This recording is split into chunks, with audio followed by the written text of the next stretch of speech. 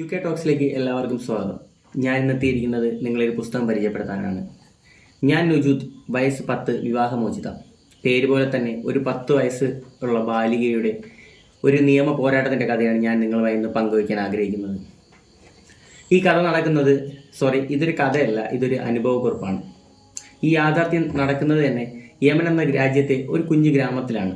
അവിടെ അലി മുഹമ്മദ് ഷോയ ദമ്പതികളുടെ 15ാമത്തെ മകളായിട്ടാണ് നുജൂദ് ജനിക്കുന്നത്.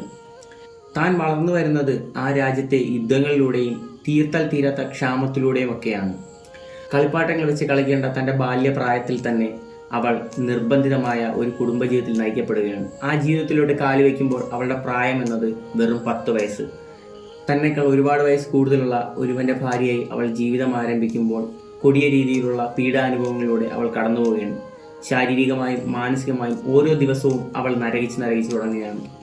ഓരോ ദിവസം കഴിയുമ്പോഴും അവളുടെ പ്രാർത്ഥന ഇരട്ടിച്ചു വന്നു. പ്രാർത്ഥന ഇപ്രകാരമായിരുന്നു: എങ്ങനെയെങ്കിലും ഈ നരകത്തിൽ നിന്ന് അവൾക്കൊന്ന് രക്ഷപ്പെടണം, എങ്ങനെയെങ്കിലും ഈ ജീവിതത്തിൽ നിന്ന് അവൾക്ക് രക്ഷപ്പെടണം എന്ന് മാത്രം. അങ്ങനെ അവൾ ഒരുപാട് ഉപായങ്ങൾ ചിന്തിച്ചു തുടങ്ങി. ഒടുവിൽ തീർത്തും അവൾക്ക് നിസ്സഹായതയാണ് കൈവരിക്കാനായത്. അവൾക്ക് ഒരു വഴിയും മുന്നിൽ തെളിഞ്ഞിട്ടില്ല. അങ്ങനെ ഇരിക്കുകയാണ് അവൾ അവളുടെ ഭർത്താവിനോട് തന്നെ തൻ്റെ വീട്ടിൽ പോയി തൻ്റെ അമ്മയും അച്ഛനെയും കാണാൻ ഒന്ന് അനുവദിക്കണമെന്ന് അപേക്ഷിക്കാൻ തുടങ്ങിയത്. നിരന്തരമായ അപേക്ഷയിലൂടെ അയാളുടെ മനസ്സിലിഞ്ഞ് അവളെ അവളുടെ വീട്ടിലേക്ക് വിടുകയാണ്. എന്നാൽ വീട്ടിലായിരുന്ന ഓരോ ദിവസവും അവൾ ആലോചിച്ച് കൂട്ടുകയായിരുന്നു എങ്ങനെയെങ്കിലും ഈ നരകത്തിൽ നിന്ന് രക്ഷപ്പെടണമെന്ന്. അങ്ങനെ ഒടുവിൽ അവൾ തിരിച്ചറിയുകയാണ് അവൾക്കിനി നിയമം മാത്രമേ അവളുടെ രക്ഷയ്ക്കുള്ളൂ എന്ന്.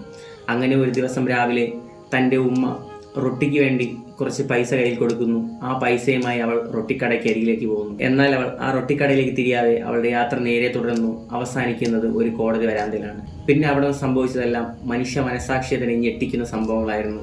ഒരു 10 വയസ്സുകാരുടെ നിയമ പോരാട്ടം, ജീവിക്കാനുള്ള ഒരു പോരാട്ടം. ഒടുവിലൊരു നീണ്ട പോരാട്ടത്തിന് ശേഷം അവൾ വിജയം കൈവരിക്കുകയാണ്. അങ്ങനെ നുജൂദ് 10ാം വയസ്സിൽ വിവാഹമോചിതയാവുകയാണ്.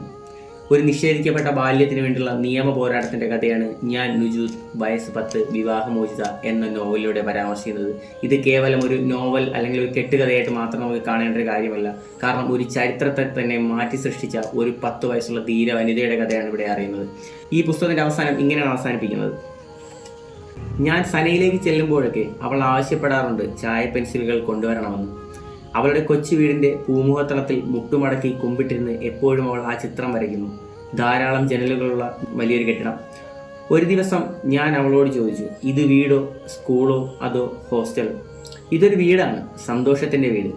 തെളിഞ്ഞു ചിരിച്ചുകൊണ്ട് അവൾ മറുപടി പറഞ്ഞു, ഈ വീട് നിറയെ സന്തോഷമുള്ള കൊച്ചു പെൺകുട്ടികളാണ്. ഇത് കേവലം ഒരു 10 വയസ്സുകാരിയെ നുജൂദിൻ്റെ ജീവിതം മാത്രമല്ല, യമൻ എന്ന രാജ്യത്ത് 9 വയസ്സിലും 8 വയസ്സിലും തന്നെ കല്യാണത്തിന് നിർബന്ധിതരായ ഒരുപാട് കുട്ടികളുടെ കഥയാണ് ഈ ഒരു നോവലിലൂടെ പറയുന്നത്. അവർക്ക് വേണ്ടിയുള്ള നിയമ പോരാട്ടത്തിലൂടെയാണ് നുജൂദ് നമ്മളേവരെയും ഈ ഒരു പുസ്തകത്തിലൂടെ കൊണ്ടുപോകുന്നത്. ഈ ഒരു പുസ്തകം വായിക്കുന്ന ഓരോരുത്തർക്കും ശ്വാസം അടക്കി പിടിച്ച് വായിക്കാൻ പറ്റൂ. കാരണം അത്രത്തോളം മനസ്സലിയിക്കുന്ന നഗ്ന സത്യങ്ങളാണ് ഈ ഒരു പുസ്തകത്തിൽ അടങ്ങിയിരിക്കുന്നത്.